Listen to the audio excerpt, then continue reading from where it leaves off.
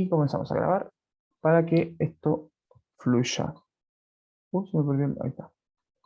Entonces, clase 4 del día viernes 9 de abril, lectura y escritura especializada, cuarto medio B 2021. Ahora estamos solitos, estamos cuarto medio B nomás. Ok, actividad. Escribir una ficha de registro. ¿Ya? El propósito de esta actividad es que ustedes, estudiantes, utilicen esta estrategia de registro a través de una ficha para procesar información de diversas tipos, ¿cierto? A propósito de los textos que nosotros podamos leer, que pueden ser diversos, no solamente textos literarios. ¿Ya? Hay una doble tarea que les voy a proponer al final de la presentación. Sí, pues decimos otra vez, pero como tenemos tiempo, en el caso cierto del diferenciado, no hay la premura de lo prioritario, ¿no? Entonces, vamos a ir ejercitando lo que pienso, ¿cierto? Como propuesta es relevante para su fundamento, ¿cierto? Científico que se supone que van a tener como prioridad para el ingreso a la universidad o la carrera que quieran estudiar. Entonces, esto les va a servir tanto como técnica de estudio como también una forma de acceder a información ya clasificada. También es importante eso. Así que sí, vamos a hacerlo de nuevo. Utilizar entonces las diversas estrategias para registrar información, procesándola, obtenida ¿cierto? De distintos soportes. Hoy día vamos a ver un video, por ejemplo, que es un soporte de donde está contenida ¿cierto? Cierta información científica en este caso. Y el objetivo 5, ¿cierto? Es buscar, evaluar y seleccionar rigurosamente fuentes disponibles para poder justamente dar validez, veracidad y ser responsable, ¿cierto? Con respecto a quiénes son sus autores. También un poco velando porque, no solo porque las fuentes sean fiables, sino también para respetar esas fuentes. El trabajo científico, ¿cierto? Que hay, el trabajo científico en este caso detrás de lo que vamos a ver como video, eh, también es un muy trabajo, un pedazo de trabajo, o sea, mucho trabajo. Entonces tenemos que también validar eso y valorar eso, que es súper importante. Que detrás de la emisión, por ejemplo, de un artículo en Wikipedia, también hay alguien que se sentó, ¿cierto? A escribir, a redactar, a entregar sus conocimientos con respecto al tema en el que está articulando, o sea, escribiendo como artículo. A eso me refiero.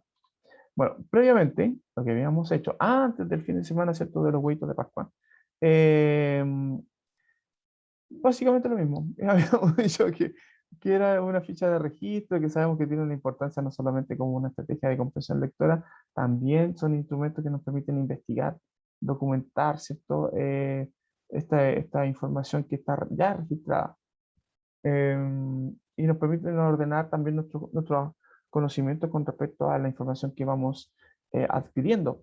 Recuerden que desde el punto de vista cierto neurológico, nuestro cerebro también es maleable, entonces, y maleable y vulnerable. Entiéndase que puede estar afectado, ¿cierto? Principalmente por el tema de la percepción, perdón, estaba diciendo, sí, de la percepción, pero más que la percepción, por el tema, ¿cierto? De eh, lo, lo prioritario, ¿cierto? Lo que es fundamental, la selección de la información. O sea, yo siempre me voy a quedar con una información en mi memoria, ¿cierto? Más urgente que me atiende. Y eso es lo que más o menos yo manejo con el ámbito de la memoria cercana, ¿cierto?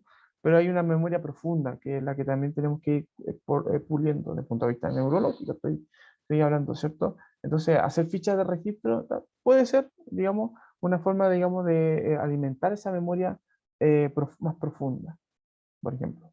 Y eso, obviamente, nos hace ejercitar nuestro cerebro. También es importante eso. Pero, más allá de lo que está postulándose aquí. Y aquí tenemos, ¿cierto?, las características de las fichas de registro, que es lo que vamos a hacer hoy día. La misma ficha, ¿ya? Así que tomando apuntes de esto para que lo hagan bien como tarea a propósito después. Ahora, con respecto a... si hay algo más que tengo que decir aquí. Bueno, sí, con respecto al tema de la... con respecto al tema de las fichas, de la importancia que tienen las fichas. ¿Para qué sirven las fichas, po? O sea, más allá de registrar información como lo vimos recién, como ficha, porque cuando hablamos de fichas nos referimos, ¿cierto?, a un documento, un Cardex, ¿cierto?, pequeño, eh, pequeño en el sentido, digamos, que es sintético, que es como un documento de fácil acceso. Eso es una ficha. Entonces,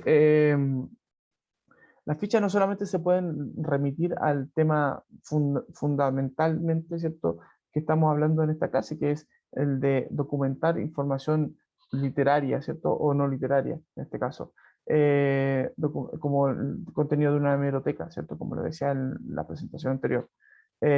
Sino también, por ejemplo, de fenómenos sociales, como este. Pongan atención. Ah, caramba, me equivoqué. Ahora sí. Oh, qué pesado. Ahora sí. Con una intensa mesa de trabajo, la subsecretaria de Evaluación Social, Heide Wegner, se reunió con entidades públicas relacionadas con la ficha de protección social para dar a conocer el nuevo sistema de apoyo a la selección de beneficiarios de prestaciones sociales, sistema que viene a reemplazar la ficha de protección social, la que aseguran dará mayor transparencia en la entrega de beneficios. Se va a seguir teniendo, como les digo, de base la información de la ficha de protección social, pero aquí lo Ojo ahí. importante es que esa información se complementa con registros administrativos. Entonces, en lo que tiene que ver con ingresos, todos los ingresos que existen de base de datos, como puede ser del Servicio de Impuesto Interno, de la Superintendencia de Pensiones para aquellos que se cotizan, de las ISAPRES para aquellos que cotizan en el sistema privado de salud, etcétera, esa información se usa adecuadamente para poder dar una mayor caracterización del hogar en cuanto a sus ingresos. El nuevo registro social de hogares comenzará el 1 de enero del año 2016 y las personas que ya cuentan con ficha de protección social quedarán automáticamente ingresadas a este nuevo sistema. Primero, no van a haber pérdidas de beneficios, lo que va a haber es un nuevo sistema que va a ser más transparente, que van a ellos entender por qué están en distintos tramos de la calificación socioeconómica, pero que además se va a construir no a partir de un encuestaje, un nuevo formulario que hay que llenar, sino a partir del uso de la misma información que ya se tiene, que los mismos hogares han entregado a través de la ficha de protección social, complementada con registro administrativo.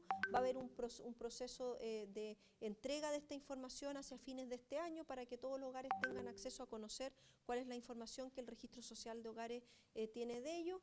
Con este nuevo sistema se espera se sinceren los datos y se cruce la información existente de los organismos del Estado. Ojo con Asimismo, eso. se espera se mejoren los tiempos de respuesta del gobierno para ir en ayuda de quienes Ojo más con lo eso. requieran. ¿Se dieron cuenta? ¿Se dieron cuenta de lo importante que son las fichas? O sea, ¿para qué sirve registrar información? En este caso, fundamentalmente para poder reconocer las características que tiene la población a la que se supone que se tiene que acudir en ayuda, ¿cierto? Entonces, para poder clasificar a las personas, se hacen fichas a las personas, ¿cierto? A los grupos humanos que componen la sociedad, específicamente individuos y también, ¿cierto?, familias. Entonces, el trabajo de ficha o de hacer fichas no solamente se limita al ámbito, ¿cierto?, como les decía recién, de estudio, específicamente de estudios, ¿cierto?, de escolaridad, a eso me refiero, sino también al estudio que se hace, ¿cierto?, sociológico de la población para justamente proporcionar una forma más asequible, ¿cierto?, a esta información. O sea, que las personas no tengan que estar, no sé, los que están en el gobierno, que tengan que estar recurriendo, ¿cierto?, nuevamente información, digamos, eh, más esquiva, sino a través de estas fichas que generalmente las mismas personas completan.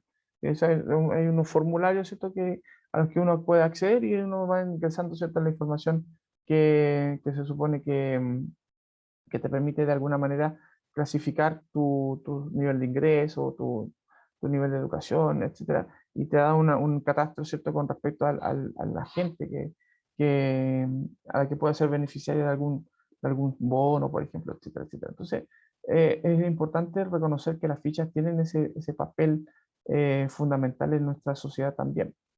Vamos aquí a cambiar entonces de documento. También es importante reconocer que a propósito del trabajo de ficha, los censos, por ejemplo, que estas medidas, ¿cierto? De censar a la población, también el censo en sí es un ejercicio de fichaje, po.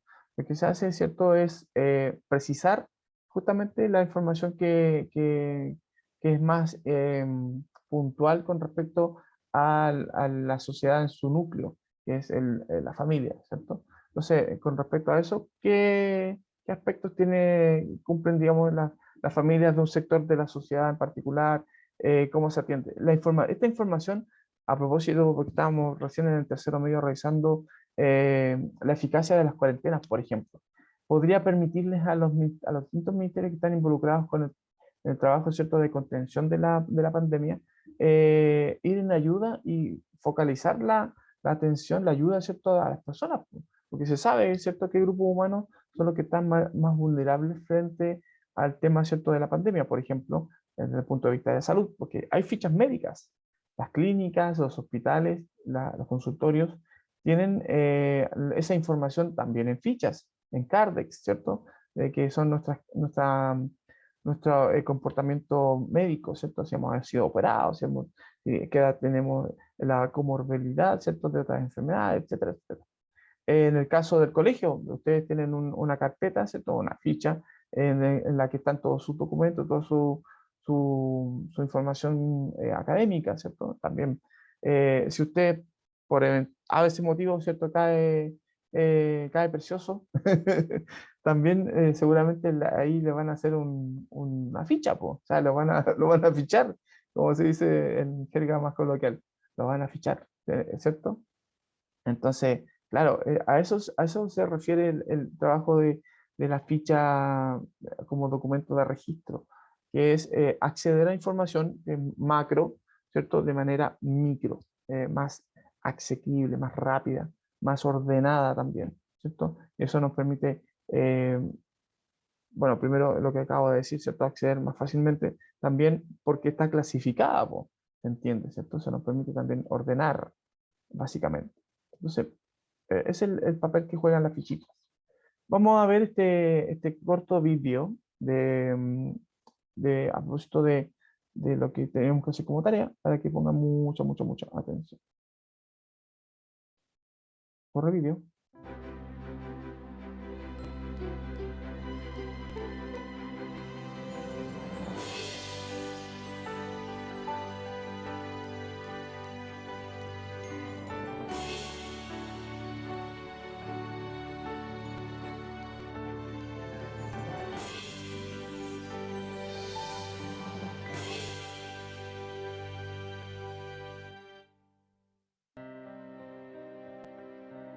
Los rayos del sol son necesarios para que las pequeñas criaturas puedan iniciar sus actividades diarias.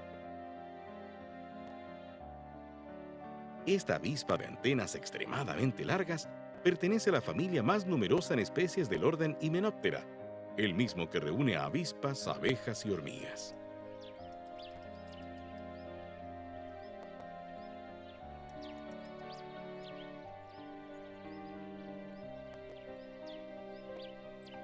Después de absorber la energía del sol de la mañana, está lista para salir.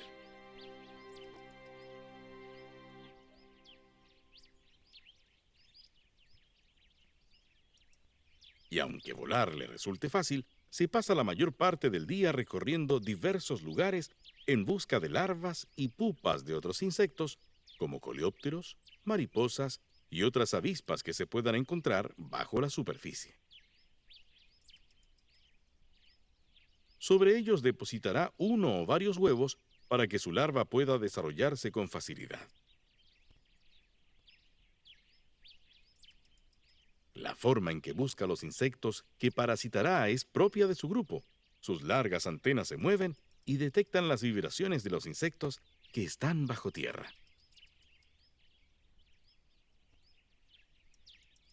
Luego, con su largo vipositor, intentará inyectar sus huevos en el insecto que ha encontrado.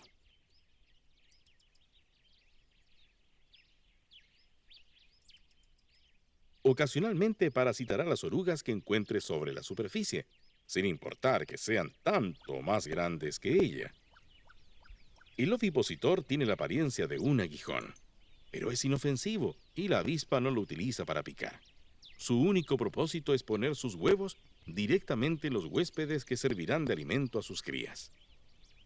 Esta característica diferencia a estas avispas de los himenópteros con aguijón como las abejas. Sus antenas, además, tienen más segmentos.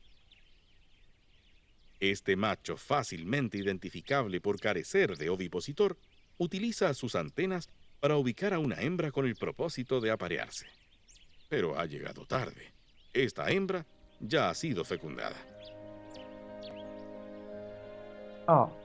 F por En Chile, con casi 200 especies, es la familia más numerosa de avispas, representando cerca del 14% de las especies, y de ellas, cerca del 90% son endémicas. En el resto del planeta también son las avispas más numerosas, con más de 60.000 especies. La particular forma en que parasita a otros insectos es uno de los factores que ha incidido en su notable éxito evolutivo, convirtiéndose en uno de los más eficaces controladores de las pequeñas criaturas de Chile.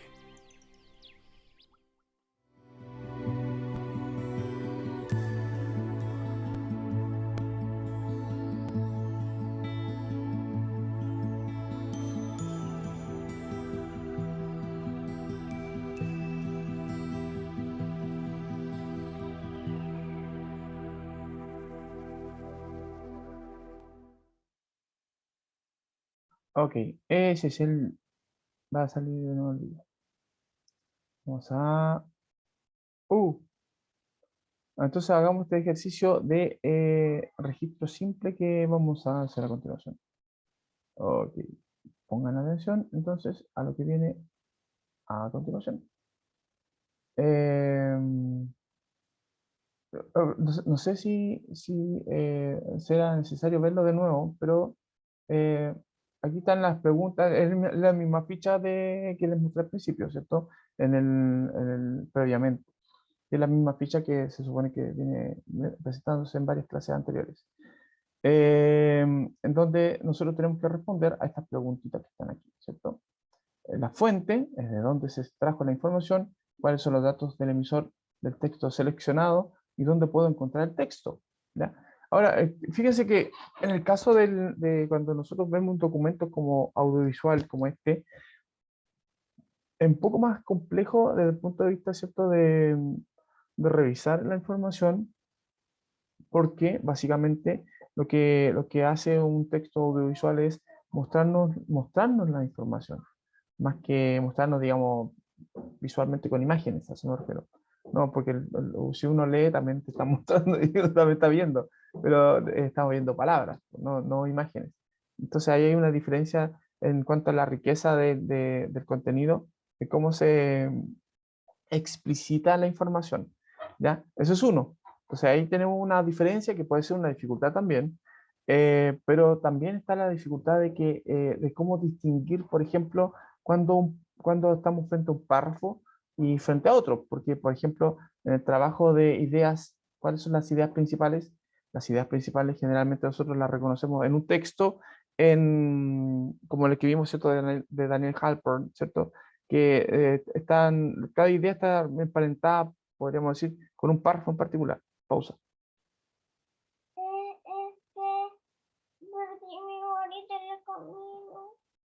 Puede que esté en el patio.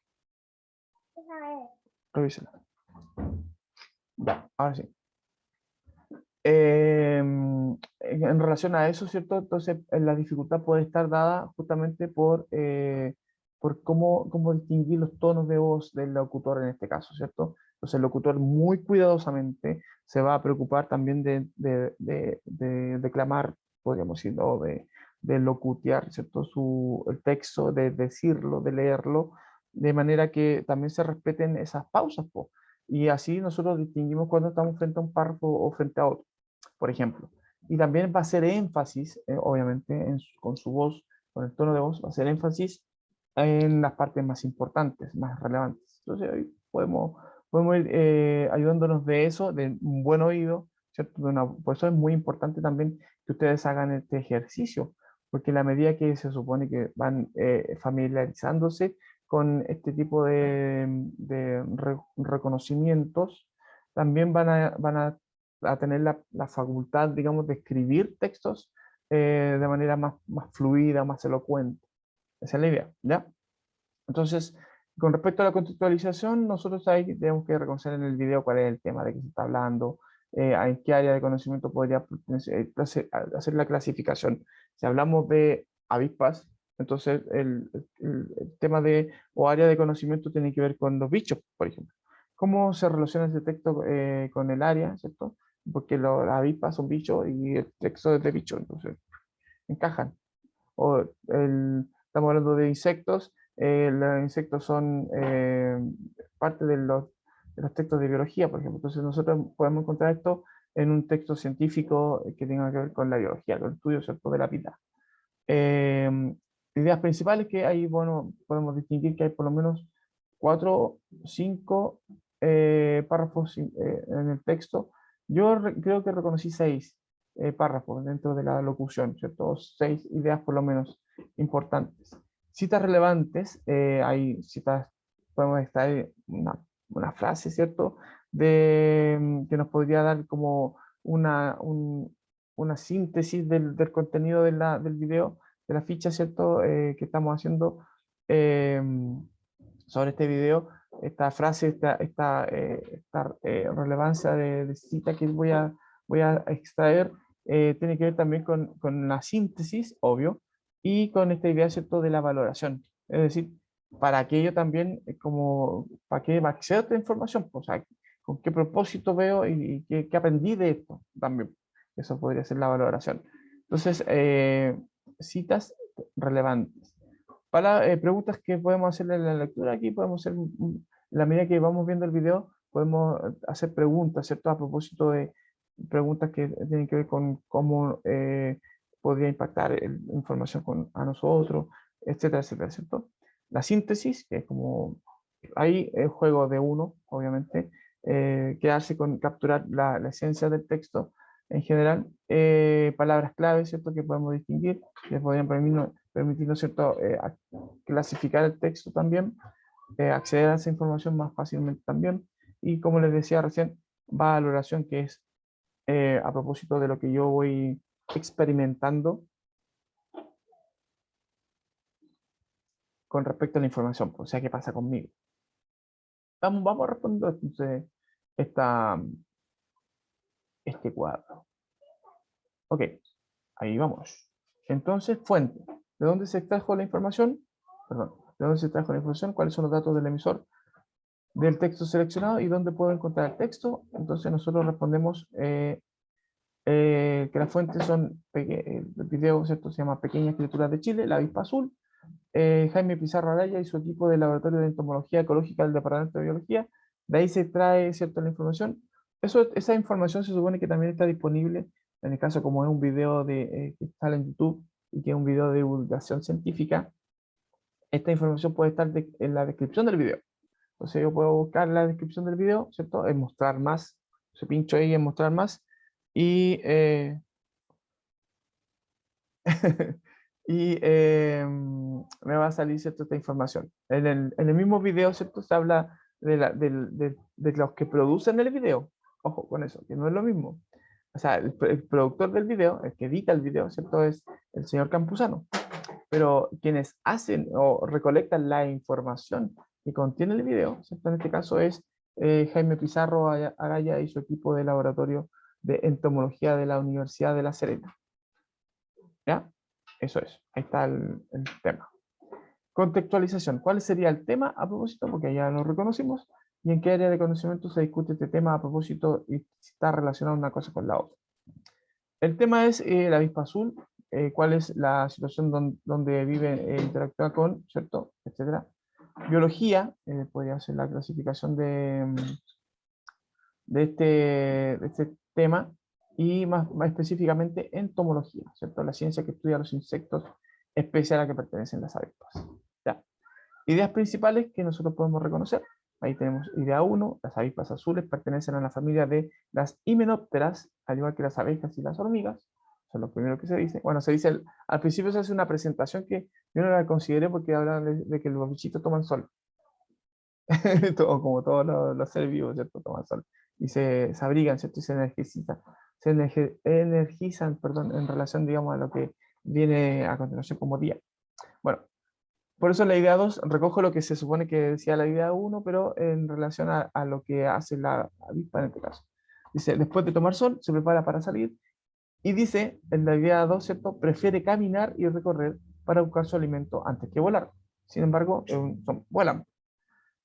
Idea 3 dice, con sus largas antenas capta su alimento, por lo general otros insectos, ahí menciona larvas de otros bichitos, pupas de otros bichitos, incluso otras avispas, y deposita en ellos sus larvas con su largo ovopositor. El locutor dice ovipositor. Se reconoce en la RAE, ¿cierto? En las dos formas, ovopositor o ovipositor, que vendría a ser, y de hecho es muy paradójico esto, porque el ovipositor o ovopositor es como una aguja, es como una aguja, pues, o sea, es como una aguja que penetra la superficie, digamos, del bichito en este caso, e inyecta como una inyección, ¿cierto? Inyecta como una vacuna, inyecta sus larvas, sus bichitos, sus huevitos. Como, a lo mejor de ahí salió la idea de lo hipodérmico, ¿cierto? De la aguja hipodérmica. Ok, la idea 3 dice, con sus largas antenas capta el alimento por lo general de otros insectos y deposita en ellos las larvas con su ovopositor. En la idea 4 dice, se diferencian de las abejas y de otros himenópteros por su largo ovopositor. O sea, este bichito tiene un largo ovopositor, que parece un aguijón, pero no es un aguijón. De hecho, por ausencia de ese aguijón, tienen este ovopositor y sus antenas tienen más segmentos, más o menos su característica, como las distinguimos, aparte de que son de color azul, por supuesto. Idea 5 dice, de las especies de avispas, las azules representan el 14%. De todas las avispas azules son el 14%. Es una especie 90% endémica, o sea, de estas avispas azules, el 90% de las que hay en nuestro país son de este país, solamente de aquí. Y alrededor del mundo señala, ¿cierto?, que existen 60.000 especies diferentes de avispas, ¿ya? Entonces, claro, nos dice la ubicación de la población en cantidad, como un aspecto demográfico con respecto a la avispa, en la idea 5.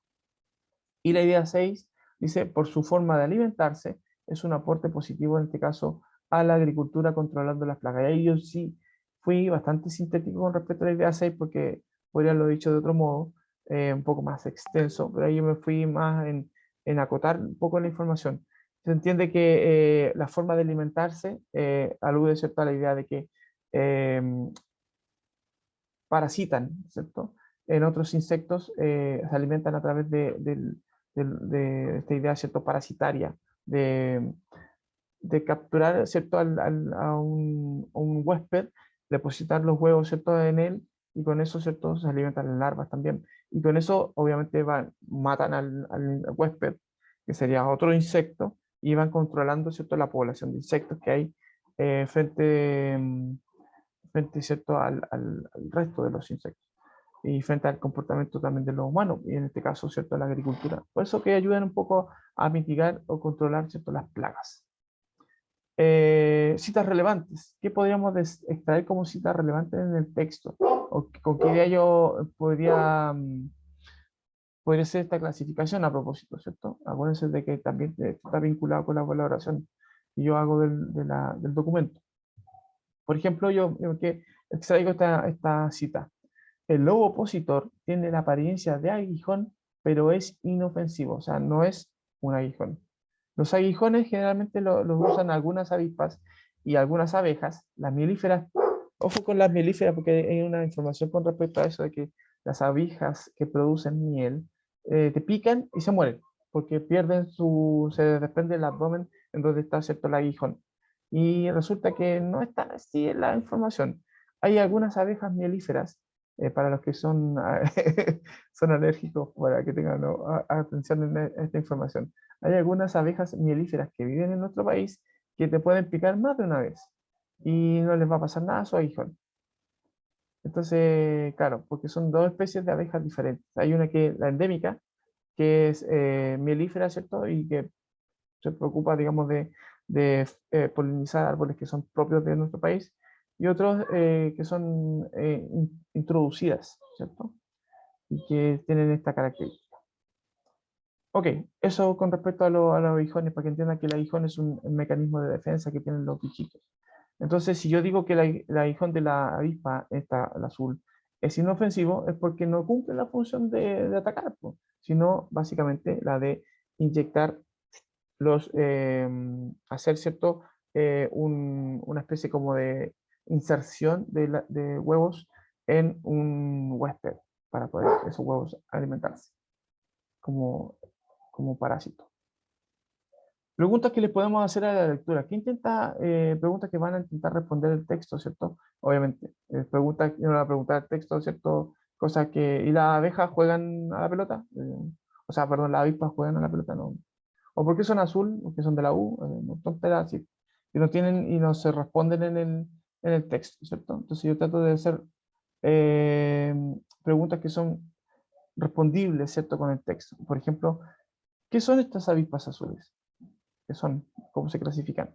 ¿Qué funciones cumplen? ¿Cierto? ¿Qué hacen dentro del universo de insectos? Y lo más importante, ¿son peligrosas para los seres humanos?